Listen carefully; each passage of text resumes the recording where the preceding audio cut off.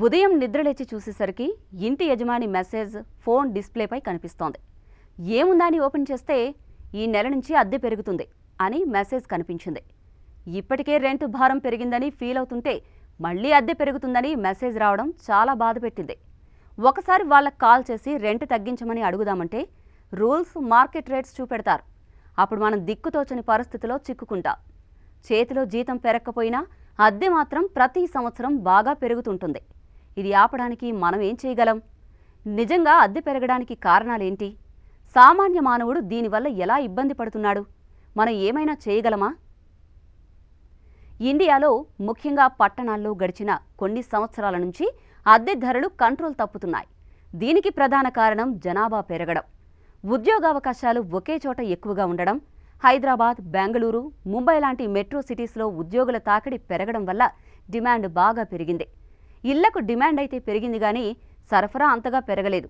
దీనివల్ల యజమానులు మన మనసు తెలుసుకోకుండా వారు మనం ఉండాల్సిన అవసరాన్ని అస్త్రంగా మార్చుకుని అద్దెలు పెంచుతున్నారు. ఒకవైపు జీవన వ్యయాలు పెరుగుతున్నాయి, మరోవైపు జీతాలు మాత్రం అంత వేగంగా పెరగట్లేదు. మధ్యతరగతి ప్రజల చేతిలో మిగిలే డబ్బు రోజురోజుకు తగ్గిపోతుంది. ఇంట్లో ఏదైనా కొనుక్కోవాలి అనే కల నిత్యమంత్రమైపోయింది తప్ప ఆ కల నెరవేరే పరిస్థితి లేదు.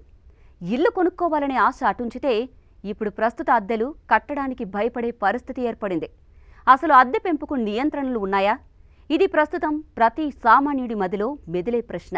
భారత్లో కొన్ని రాష్ట్రాలు రెంట్ కంట్రోల్ యాక్ట్లు తీసుకొచ్చాయి. ఈ చట్టాల ప్రకారం కొంతకాలం పాటు యజమానులు మనం ఉండే ఇంటిపై కారణం లేకుండా అద్దె పెంచలేరు. కానీ ఇక్కడే మరో ట్విస్ట్ ఉంది.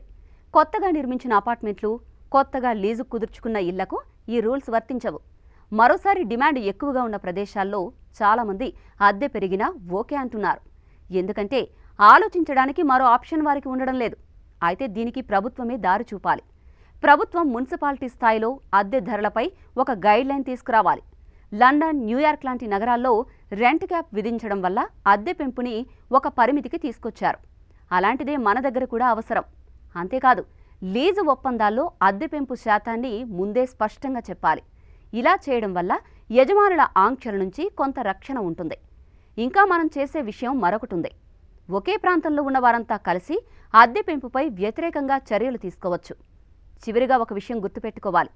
మంచి నిబంధనలు, చక్కటి ఒప్పందాలు ఉంటేనే అద్దె జీవితం కొంచెం మధురంగా మారుతుంది.